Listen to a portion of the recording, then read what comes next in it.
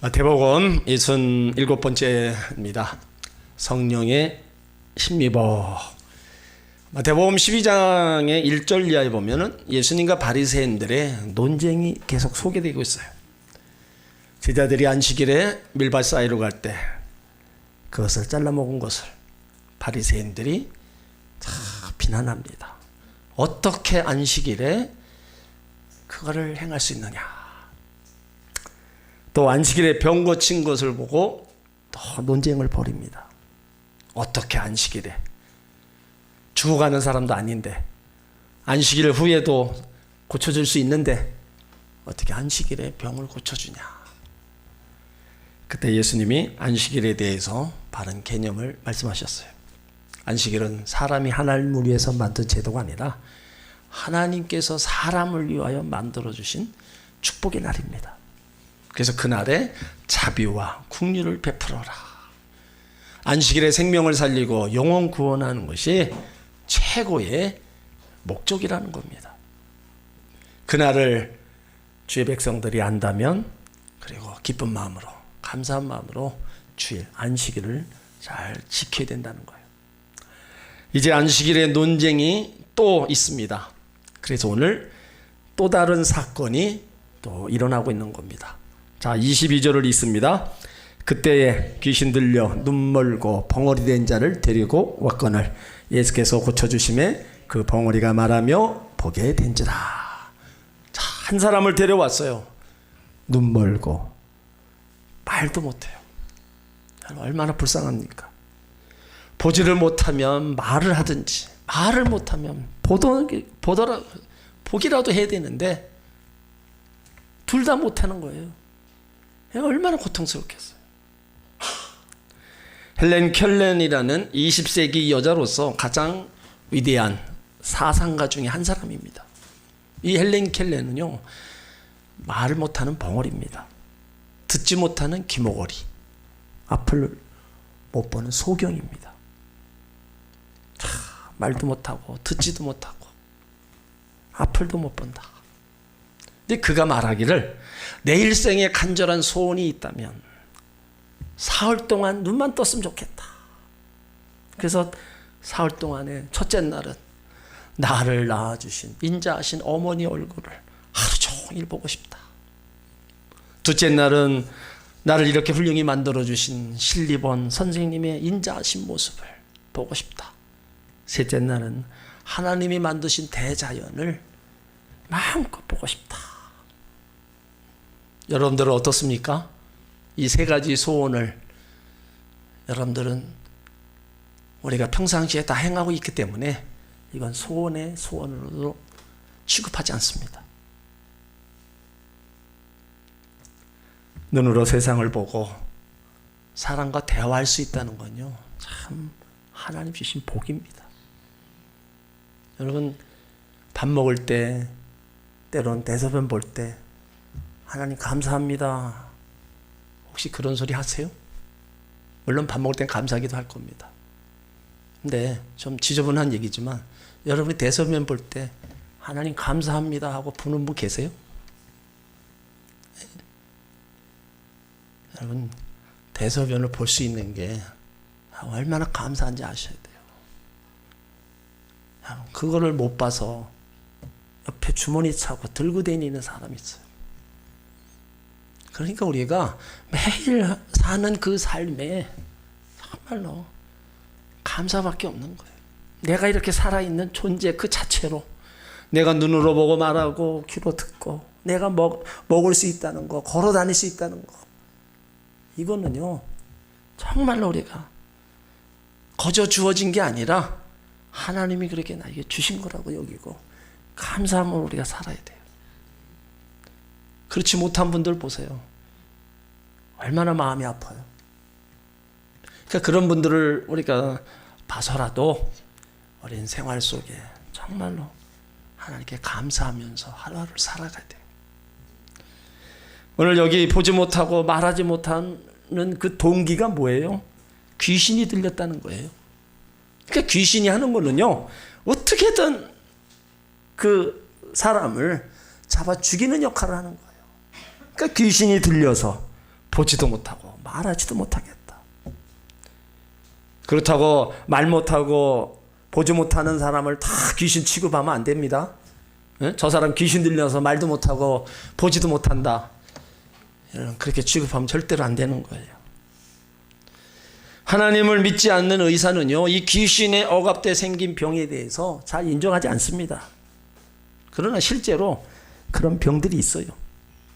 병균이나 외상에 의해서 생긴 질병은요, 약으로나 의술로 치료할 수 있습니다. 그러나 귀신에게 억압돼서 생긴 병은요, 다른 게 없습니다. 예수 이름밖에 없어요. 그래서 예수 이름으로 우리가 귀신을 쫓아내야 되는 거예요. 귀신은 우리가 사정에서 나오는 게 아닙니다. 그래서 예수 이름으로 명하노니 귀신아 나와라. 그러면 한 길로 왔다가 7길로 쫓아나가는 겁니다. 그래서 우리 가운데 그 예수 이름의 권세를 주신 거예요. 여기 고쳐주셨다 이 말은요, 이 사람에게서 귀신을 쫓아냈다는 뜻입니다. 귀신은 예수 이름으로 쫓아내면 깨끗한 겁니다. 근데 여기 오늘 22절에 중요한 진리는요, 데리고 왔다는 겁니다. 그러니까 예수 앞에 나와야 역사가 일어나는 거예요. 본인이 못 나오거든요. 다른 사람이 데리고 와야 됩니다. 예수를 믿어야 되는 거예요. 그렇지 않고서는 그 귀신의 역사는 그 어느 곳으로도 회복될 수 없는 겁니다. 그래서 예수님 앞에 나온다는 게 우리의 육신의 병도 치료받는 것도 물론 중요하지만 우리 영적인 병도 치료되고 회복돼요. 하나님 백성이 되는 겁니다. 이렇게 나와서 치료하니까 23절 다 같이 있습니다. 무리가 다 놀라 가로되 이는 다윗의 자손이 아니냐. 눈물과 벙어리 됐던 사람이 치료받는 것을 목격한 사람들이 깜짝 놀란 거예요. 무리가 놀라. 정신 나간 겁니다. 귀신이 쫓겨나가는 장면을 목격하고 다 충격을 받은 거예요. 그리고 감탄을 하는 겁니다. 이는 다윗의 자손 아니냐. 저분이 바로 메시아가 아니냐 이 말입니다. 왜 그러냐면 유대인들은 구약 선지자의 예언의 말씀을 통해서 이 땅에 메시아가 다윗의 혈통에서 나와 이런 기적과 이사를 행할 것을 믿고 있었습니다. 그래서 이사야 29장 18절에 보면 그날 메시아가 오시는 날에 기모거리가 책의 말을 들을 것이며 어둡고 캄캄한 데서 소경이 눈을 볼 것이며, 이런 구약의 말씀을 믿고 있었기 때문에 지금 나타나는 이 기적을 보고 야, 메시아가 아니냐, 그들이 스스로가 놀라는 거예요. 그리고 우리가 사복음서를 보더라도 소경이 예수님을 부를 때도 다윗의 자손 예수여 우리를 불쌍히 여기소서. 다윗의 자손이란 예수님을 메시아로 고백한 겁니다. 그들은 육적으로 보지 못했지만 영적인 눈이 열려서 예수님을 다윗의 자손 메시아로 불렀어요. 하지만 서기관과 바리새인들은 육적인 눈이 떠 있고 지식적인 눈 떠 있었지만 예수님을 보지 못하고 죽이기로 공모하고 귀에만 엿보고 있다는 겁니다. 그러니까 육적으로 눈뜬 이스라엘 백성의 종교 지도자들 영적 맹인이었고, 육적으로 보지 못한 맹인은 영적으로 눈이 떠 있었어요. 그러니까 우리가 육의 사람이면서도 영의 사람. 뭐요? 우리 안에 주의 성령이 계시니까. 그래서 우리는 육의 일만 추구하고 육의 일만 쫓아가면 육신의 사람밖에 될 수 없는 겁니다. 성령이 우리 안에 계시고 우리가 영적인 일을 추구하고 영의 일을 따라가면 영의 사람이 되는 거예요. 그래서 성령을 쫓아 살아라. 그것은 영의 사람이니까 그렇게 살아가라고 우리 가운데 말씀하는 겁니다. 자, 24절을 읽습니다.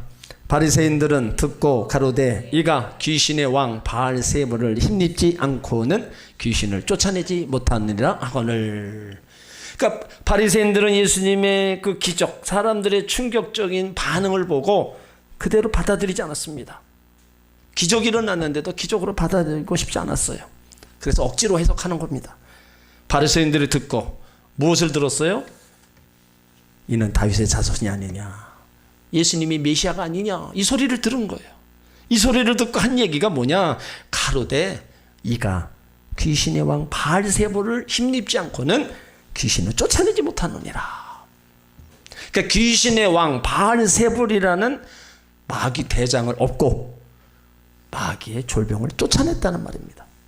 그러니까 더 쉽게 말하면 귀신 들린 사람에게 마귀의 쫄병이 들어갔는데 예수님께서 대마귀가 들려서 그것을 쫓아냈다고 아주 역설을 붙여서 중상모략을 하는 겁니다. 예수님을 완전히 마귀 취급하는 거예요.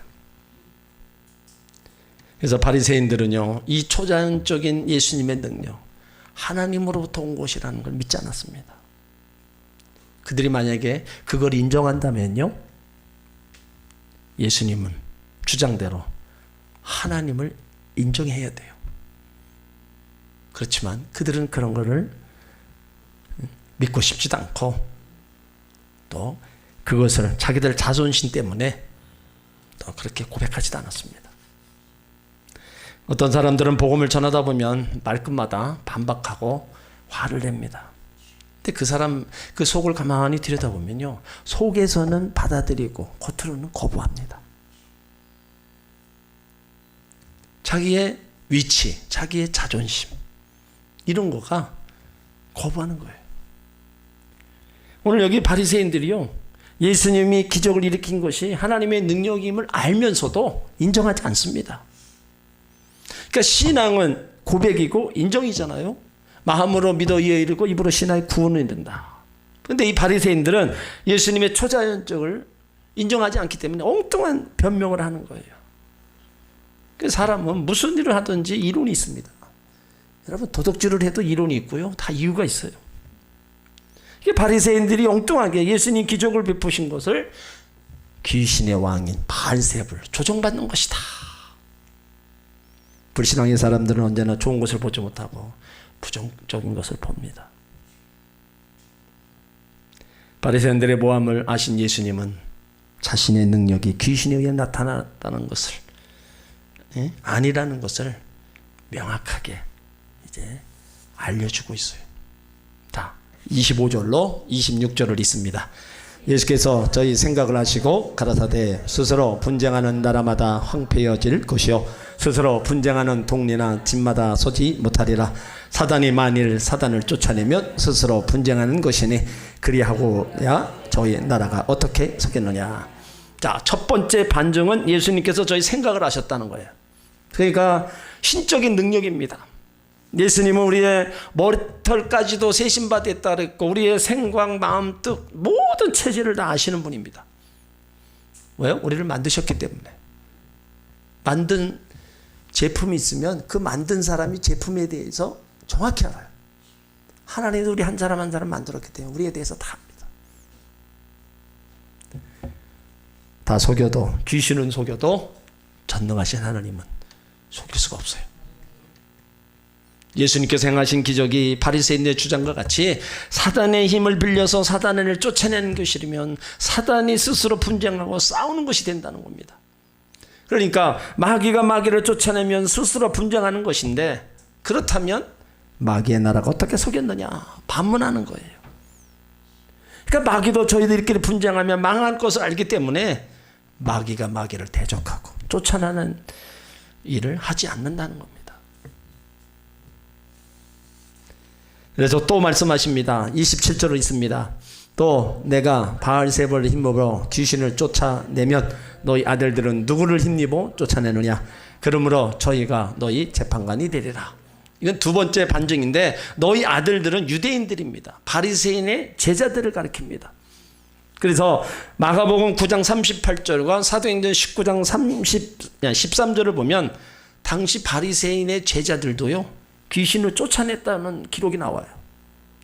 그러니까 본문의 예수님의 말씀은 그들이 귀신의 이름으로 귀신을 쫓아낸 것이 아니지 않느냐. 그들이 성령에 힘입어 귀신을 쫓아낸 것을 너희가 인정한다면 내가 귀신을 쫓아낸 것도 성령의 힘을 받은 것이라고 인정해야 되지 않겠느냐.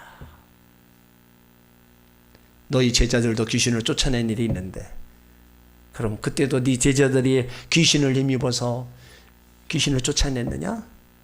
그들은 인정 안 했어요. 성령을 힘입어 쫓아냈냐?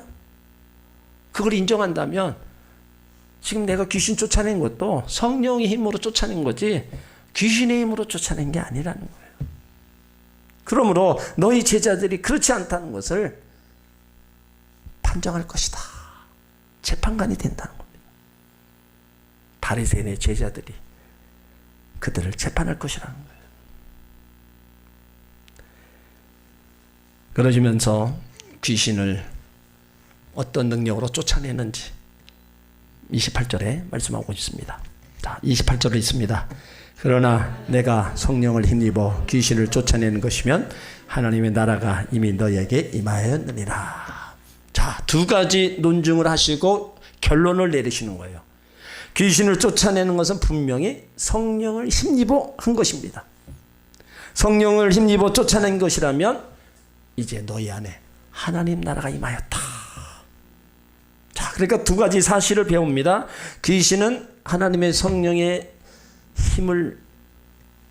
힘으로만 쫓아낼 수 있다는 거예요. 그리고 귀신을 쫓겨나가야 되거나 하나님 나라가 임한다. 여러분, 하나님 나라는 우리 이 땅에서 하나님 나라는 우리 안에, 우리가 죽어서 가는 하나님 나라는 저 천국입니다. 그러니까 이 땅에서 하나님 나라는 어디 있냐? 누가복음 17장 21절에는 하나님 나라는 볼 수 있게 임하는 것이 아니다. 또 여기 있다 저기 있다도 아니고 너희 안에 있다 그랬어요. 너희 안에 있느니라. 그래서 로마서 14장 17절에도 하나님 나라는 오직 성령 안에서 의와 이렇게 평강이다. 그러니까 내 안에 기쁨과 평강, 그것이 바로 하나님 나라가 내 안에 임한 겁니다. 지금도 많은 사람들은요, 또 예수 믿으면서도 내 안에 임한 그 하나님 나라, 이거를 우리가 때로는 모르고 지낼 때가 있어요. 예수 믿어서 기쁨과 평강이 찾아오고 또 예수 믿었더니 내 마음이 기쁘다, 평안하다, 그렇게 얘기하시는 분들은요, 다 그 심령이에요. 하나님 나라가 예수님이 거하시니까 그 천국이 임한 거예요. 믿지 않는 사람들에게 하나님 나라는요 없습니다. 그냥 그들은 거기서 얻어지는 그 주어지는 뭐 물건이나 먹는 음식, 내가 가지고 있는 거, 이런 것을 통해서 그때만 잠시 기쁜 거예요. 근데 예수 믿는 사람들은 개념이 다릅니다. 그런 거 없어도 예수 믿으니까 기쁜 거, 내 안에 평안이 있다는 거, 그게 우리 안에 임한 하나님 나라라는 거예요. 그러니까 오늘 성령의 힘으로 내 안에 있는 이런 염려, 근심, 두려움들을 다 쫓아내니까 주님이 주시는 평안함이 나에게 임하는 거예요. 그래서 우리 안에 여러분 하나님도 계시지만요, 마귀도 있습니다. 근데 지금도 사탄은 더러운 영들을 부리고 있어요. 지금도 더러운 영들은 끊임없이 많은 사람들 영혼을 타락시키면서 지옥으로 끌고 가고 있습니다. 그거를 예수 안 믿는 사람들은 모른다 치지만은 예수 믿는 사람들은 그걸 알아야 된다는 거예요. 그래서 우리가 해야 될 일이 뭐냐? 근신하고 깨어서 기도하라는 거예요. 그 원수 마귀가 우리 생활의 삶 속에 나에게 찾아와서 역사하지 못하도록 깨어서 기도하라는 거예요. 베드로전서 5장 8절로 9절에 근신하라 깨어라 너희 대적 마귀가 우는 사자같이 두루다니며 삼킬 자를 찾다니 너희는 믿음을 굳게 하여 저를 대적하라. 이는 세상에 있는 너희 형제들도 동일한 고난을 당한 줄 알매니라. 원수 마귀가 두루다니며 삼킬 자를 찾는데 믿음의 자녀들, 그러니까 그 믿음의 자녀들, 믿음을 굳게 하라는 거예요. 그래서 그 원수 마귀를 쫓아내고 대적해서 싸워 이기라는 겁니다. 우리는 예수 믿으면서 내가 내 자신을 바로 다스리지 못할 때가 있습니다. 때론 좀 더 잘하고 싶은데 그러지 잘 안 될 때가 있어요. 기도하고 싶은데 기도가 안 되고, 전도하고 싶은데 전도가 또 안 돼요. 사랑도 하고 싶은데 사랑할 능력이 없습니다. 이럴 때 어떻게 해야 돼요? 그래서 하나님의 성령에 의지하면서 계속 기도하면서 내 안에 있는 이 염려되고 불안해가 이런 것들을 자꾸 쫓아내야 돼. 이런 걸 쫓아내지 않으면 계속 근심과 불안 속에 살아갑니다. 그래서 내 심령이 기쁘고 평안함을 누리면요, 그것이 바로 주님이 내 안에 계신 증거고, 우리는 그 기쁨과 평안함으로 이 땅에 살아가면서 그런 모든 일들을 이겨나가고 또 해나갈 수 있는 겁니다. 그래서 하나님 나라는 너희 안에 있다. 그러면서 또 예를 들어서 더 말씀하시는 겁니다. 자, 29절을 읽습니다. 사람이 먼저 강한 자를 결박하지 않고야 어떻게 그 강한 자의 집에 들어가 그 세간을 늑탈하겠느냐. 결박한 후에야 그 집을 늑탈하리라. 이건 세 번째 반증입니다. 여기 강한 자는 마귀를 가리켜요. 세간은 마귀에게 잡혀있는 사람을 가리킵니다. 늑탈, 마귀의 수하에 있는 사람을 예수님께서 건져내는 것을 말합니다. 그러니까 예수님께서 사탄의 세력을 꺾으셨기 때문에 마귀에게 잡힌 자를 건져낼 수 있다는 겁니다. 예수님의 이름의 권세, 그 권세 앞에 하늘과 땅에 있는 모든 것들은 다 굴복하게 돼 있어요. 창세기 3장 15절에 보면 예수님이 사탄의 권세를 꺾으셨습니다. 내가 너로 원수와 여자와 원수 되게 하고 너의 후손도 여자의 후손과 원수가 되게 하리니 여자의 후손은 네 머리를 상하게 할 것이요 너는 그의 발꿈치를 상하게 할 것이니라. 원수 마귀는 지금 우리의 발꿈치를 상하게 합니다. 그러나 여자의 후손으로 예수님 사탄의 머리를 깨뜨리셨어요. 한마디로 목을 잘라버렸습니다. 뱀은요, 토막만 내어도 삽니다. 근데 머리를 자르면 그냥 죽는 거예요. 세상의 법도 강한 자를 꺾지 않으면 빼앗을 수가 없습니다. 마찬가지로 예수님은 성령의 역사를 사단의 역사라고 우기는 바로 그 사람들의 마음을 다 아셨어요. 그래서 논리적으로 차근차근 이론의 생각을 반증하시고 나서 이제 중요한 말씀을 하시는 거예요. 자, 30절을 읽습니다. 나와 함께 아니하는 자는 나를 반대한 자요 나와 함께 모이지 아니하는 자는 해치는 자니라. 자, 이 말씀은요 부드러운 말씀 같은데 아주 무서운 말씀입니다. 예수님은 다른 일에 대해서는 굉장히 부드러워요. 근데 마귀에 대해서는요 단호하십니다. 그러니까 이 30절의 뜻은 영적인 전쟁에 중립이 없다는 겁니다. 이런 것 같기도 하고 저런 것 같기도 하고 이래서는 안 된다는 거예요. 예수님은 사단과의 싸움에 있어서 엄격한 입장을 취하신 거예요. 열왕기상 18장에도 엘리야가 하나님 사람 바알 싸울 때 엘리야가 한 얘기가 있어요. 만일 여호와가 하나님이면 하나님을 쫓아라. 바알이 하나님의 그를 쫓아라. 절대로 혼돈할 수 없습니다. 하나만 딱 정하라는 거예요. 고린도후서 6장 15절에도 그리스도와 멜리알이 어찌 조화가 되며 믿는 자와 믿지 않는 자가 어찌 상관하냐.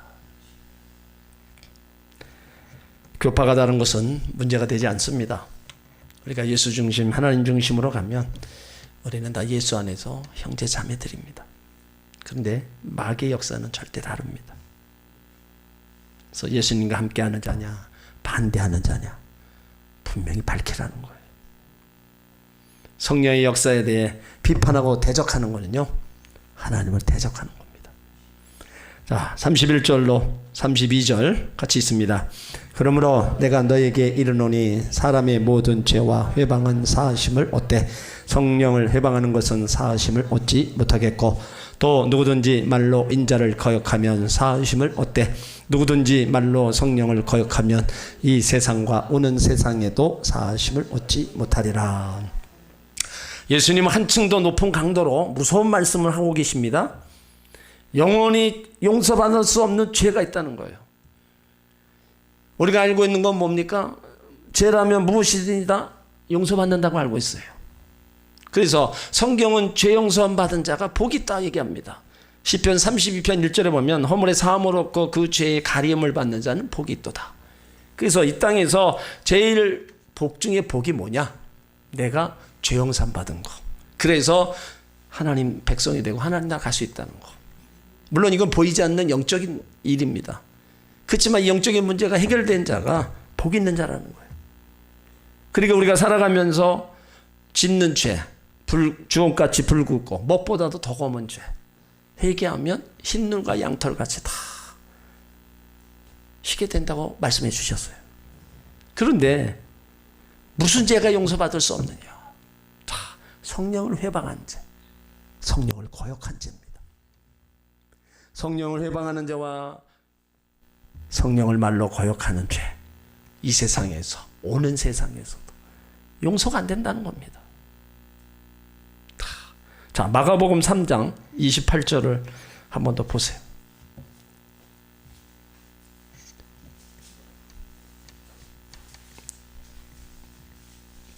마가복음 3장 28절로 29절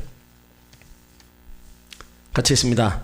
내가 진실로 너에게 이르노니 사람의 모든 죄와 무릇 회방은 사하심을 어때? 누구든지 성령을 회방하는 자는 사하심을 얻지 못하고 영원한 죄에 처하느니라.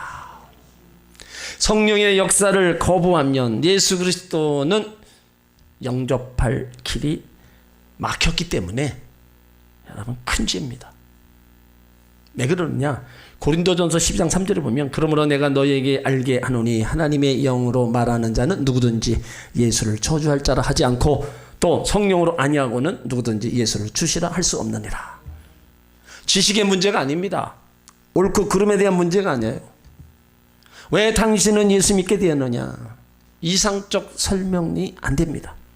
우리가 예수 믿게 된 거는요, 성령의 역사라는 거예요. 예수님이 왜 지금 이 말씀을 하고 계시느냐? 바리새인들은 예수님을 거역하고 모독했습니다. 그때도 예수님은 이런 말씀 안 했어요. 근데 성령의 역사는 마귀의 역사라고 거역합니다. 그러니까 그들이 성령을 해방하는 이 결정적인 죄로 들어가기 있기 때문에 예수님이 경고하신 거예요. 사하심을 얻지 못한다는 말은 용서받지 못한다는 말이고요. 지옥 간다는 겁니다. 성령을 거역하는 죄와 예수 그리스도를 구주로 영접하지 않는 죄가 굉장히 크다는 겁니다. 또 거역이란 말은요, 성령의 일을 자주 반대하는 말로 쓰여집니다. 성령의 일은 하나님의 일입니다. 예수님 구속사역, 영혼을 구원하는 일입니다. 그러니까 거역했다는 말은 고의적으로 말이나 행동으로 하나님의 일을 회방하는 거예요. 말이란 필요할 때 사용하면 유익하시지만 쓸데없는 말을 하면 자기에게도 유익이 없고 손해를 가져옵니다. 그러니까 오늘 말씀해 보면 입으로 전달하는 말과 마음에 품은 생각, 소원이 얼마나 중요한지가 나와 있는 거예요. 말 때문에 성공하는 사람도 있고 말 때문에 실패하는 사람도 있습니다. 생각 없이 던진 말이 실패와 성공을 좌우한다는 거예요. 그래서 그 언어는 그 사람의 인격, 품위를 나타내는 겁니다. 우리가 구원받을 때도 마음으로 믿고 말로 고백해야 합니다. 그래서 우리는 말을 마음의 생각, 마음의 표현이라고 해요. 말 한마디로 상대방의 마음을 열게도 하고 닫게도 하는 거예요. 그러므로 최소한 자신이 말한 내용 때문에 지옥 가는 일은 없어야 됩니다. 무서운 거예요. 또 자신이 말한 때문에 망하고 실패하는 일도 없어야 된다는 겁니다. 내 말 한마디 때문에 사람과 원수가 되는 그런 일이 없어야 되는 거예요. 여기서 성령에 관한 세 가지 죄가 있어요. 성령을 근심하게 하는 죄입니다. 에베소서 4장 30절에 하나님의 성령을 근심하게 하지 말라. 그 안에서 구속의 날까지 너희가 인치심을 받았다. 성령이 언제 근심합니까? 하나님의 자녀들이 하나님 뜻대로 살지 않을 때, 정반대의 길로 나가서 나쁜 일하고 죄악과 악을 행할 때 성령이 근심하시는 거예요. 그러니까 하나님의 자녀들이 신앙생활 제대로 못하면 근심하시는 거예요. 자식이 부모의 뜻과 정반대로 나가면 부모가 근심하는 거 하나님도 하나님의 백성이 뜻대로 살지 않고 죄와 짝하고 나가면 근심하는 거예요. 더 나가서 슬퍼하신다. 이 성령을 근심시켜가지고 우리의 모든 죄가 사함 받지를 못한다 그랬잖아. 그러니까 결국은 성령을 근심하고 자꾸 딴 길로 가다 보면 용서받지 못하는 거예요. 그리고 성령을 소멸하는 죄가 있습니다. 데살로니가전서 5장 19절에 성령을 소멸치 말라 그랬어요. 성령을 소멸하는 게 뭡니까? 성령의 불도 성도들이 기도하지 않고 말씀 읽지 않으면 그냥 꺼져가는 거예요. 그러니까 우리가 하나님 전에 나올 수 있을 때 나와서 기도하고 말씀 듣고 나에게 있는 성령의 불, 그 불이 꺼지지 않게 내 믿음이 줄어들지 않고 식지 않게 잘 우리가 신앙생활에 나가야 된다는 거예요. 그런데 이 성령 근심죄는요, 세상 사람들이 짓는 죄가 아니라 성도가 짓는 죄. 성도가. 그리고 성령 해방죄, 거역죄는 이 바리새인들처럼 하나님의 능력이 성령의 능력으로 기적을 행하였지만 성령을 모독하고 사탄의 영으로 보는 이거 더 큰 해방죄입니다. 하나님의 일하심이 분명히 나타나는데 바리새인들처럼 저건 귀신이 행했다 이렇게 행한다면 여러분 그건 더 큰 해방죄라는 거예요. 그래서 이 죄는 신성 모독죄입니다. 교회를 핍박하고 하나님을 무시하는 것도 다 성령 해방죄입니다. 우리가 신앙생활하면서 굳이 이렇게 하지 않아도 됩니다. 굳이 성령을 근심시켜가면서 죄악의 길로 그 하나님의 역사를 굳이 사탄의 역사라고 이야기하면서 그렇게 살지 않아도 돼요. 근데 왜 그렇게 살아가느냐? 33절에서 이제 그 이유를 말씀하고 있는 거예요. 그 마음이 잘못됐다는 겁니다. 그 마음을 고쳐야 행동이 바꿀 수 있다는 진리를 가르쳐 주는 거예요. 자, 33절을 읽습니다. 나무도 좋고 실과도 좋다 하든지 나무도 좋지 않고 실과도 좋지 않든지 하라. 그 실과로 나무를 아느니라. 우리 자신이 나무라고 하면 나무의 열매는 우리 말이라는 겁니다. 나무가 좋은 나무인지 나쁜 나무인지 어떤 나무인지 그 열매를 보아서 아는 거예요. 마찬가지로 그 사람이 좋은 사람인지 좋지 않은 사람인지 그 사람 하는 말을 보면 안다는 거예요. 그 나라는 나무의 말의 열매는 어떤 것이 맺히고 있는가? 좋은 열매가 맺히고 있는가? 아니면 나쁜 열매가 맺히고 있는가? 우리 마음속은요 얼마나 더러운지 사도 바울은 우리 마음을 열린 마음, 열린 무덤이라고 얘기하는 겁니다. 그러니까 인간의 마음이 얼마나 크고 부패하고 더러운지 마치 무덤 속에 있는 썩은 시체처럼 더럽고 냄새나는 것이다. 성경은 그렇게 말하고 있어요. 예수님은 오늘 손 마른 사람을 펴주고 병을 고쳐주고 귀신 들린 자 그 사람에게서 귀신이 쫓아나가 벙어리가 말하고 눈먼 거 다 보게 했습니다. 그런데 바리새인들은 예수님의 그 선한 열매를 보면서도 바알세립을 힘입어 귀신을 쫓아낸다. 성령을 해방한 거다. 이게 그들이 마음의 문제입니다. 잘된 줄 알면서도 굽히지 않는 마음. 분명히 하나님의 역사고 그런 일들이 일어났는데 그걸 받아들이지 않고 귀신의 역사라고 얘기하는 그 굽어진 마음, 그게 문제예요. 그러니까 이 마음만 고치면요 행동은요 금방 고쳐집니다. 성령의 역사가 일어났음에도 알면서도 솔직히 인정하지 않는 이런 일들이 우리 가운데 있어서는 안 됩니다. 그러면서 그들에게 아주 우리가 보기에도 아주 심한 말을 오늘 하셔요. 자, 34절로 35절을 읽습니다. 독사의 자식들아 너희는 악하니 어떻게 선한 말을 할 수 있느냐? 이는 마음에 가득한 것을 입으로 말함이라. 선한 사람은 그 쌓은 선에서 선을 내고 악한 사람은 그 쌓은 악에서 악을 내느니라. 예수님 입에서 독사의 자식이라 욕하십니다. 독사는 마귀입니다. 그러면 너희는 마귀의 자식이라는 거예요. 독사의 자식. 불신앙과 믿음 없는 생활을 사는 걸 얘기합니다. 하나님의 아들을 마음에 받아들이지 못하는 것, 진실함도 없고 정의가 없는 것을 말합니다. 감동과 용서가 없고요. 불신앙의 마음에는 불신이 나오고 강박한 마음에서는 미움이 나옵니다. 그래서 독사의 자식이라고 해요. 34절에 너희는 악하다 그랬어요. 마음속에 악한 것이 쌓여있는 사람, 쌓인 악에서 악한 말이 나오고, 마음속에 선한 것이 쌓여있는 사람, 선한 것이 나오게 되어 있어요. 다른 사람이 나를 건드리면 내 속에 무엇이 가득 차서 먼저 나오는가? 한번 생각해 보세요. 다른 사람이 나를 건드렸을 때 무엇이 먼저 나오는가? 물론 좋은 일엔 좋은 게 나오겠지만 안 좋은 곳에는 때로 욕이 먼저 나올 수도 있습니다. 근데 욕이 왜 나오냐? 내 속에 욕처럼 더러운 것이 차있기 때문입니다. 나도 모르게 내 안에 쌓여있는 게 입 밖으로 나오는 거예요.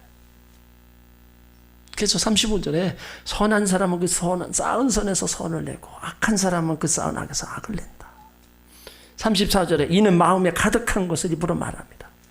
그러니까 마음이 뭐예요? 창고예요. 곳간입니다. 그러니까 우리 마음은 창고와 곳간 같아요. 그 창고에 뭐가 쌓여있느냐에 따라서 쌓여진 것이 입을 통해 말의 형태로 나오는 거예요. 쌀이 쌓여져 있는 창고에는 쌀이 나오고 보리가 쌓여있는 창고에는 보리가 나오는 겁니다. 마찬가지로 그 사람 입에서 나오는 말을 보면 그 사람 마음속에 무엇이 쌓여있는가를 알 수 있는 거예요.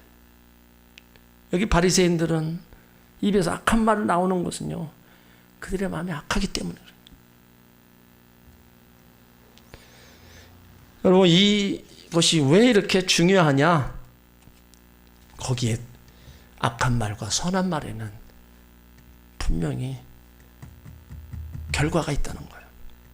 자, 36절로 37절을 읽습니다.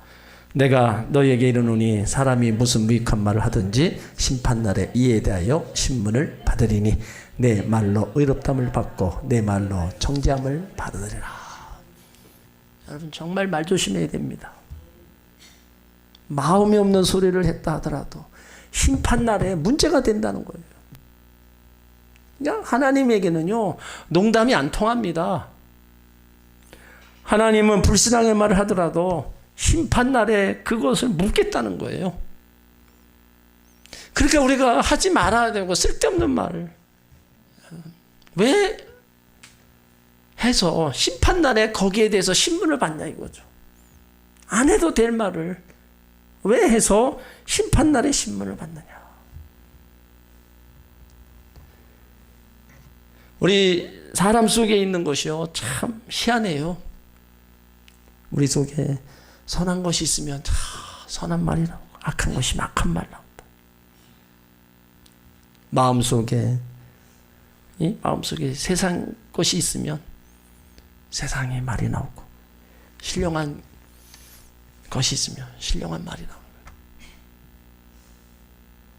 그래서 예수 믿는 사람들은요, 정말로 이 세상적인 말을 대수스면 하지 말아야 돼요.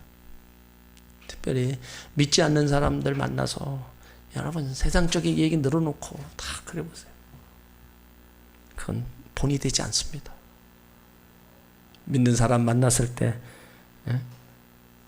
신령한 얘기 해야 되고, 또 믿는 사람끼리도 만났을 때도 마찬가지예요. 37절에 내 말로 의롭다함을 받고 내 말로 정죄함을 받는다.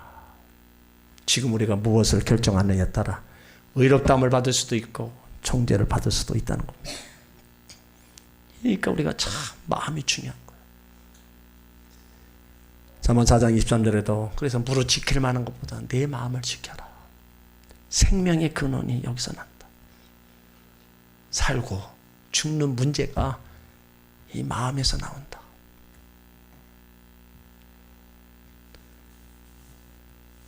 오늘 예수님은 안식일에 또 바리새인들이 보는 앞에서 귀머거리, 앞을 못 보는 자, 말 못하는 자 다 치료하십니다. 그것을 본 바리새인들이 어떻게 귀신을 힘입어서 저렇게 쫓아내느냐. 그 바리새인들을 빗대서 너희들이 말한 거, 너희들이 그 마음이 악하니까 그런 말을 하는 건 아니냐.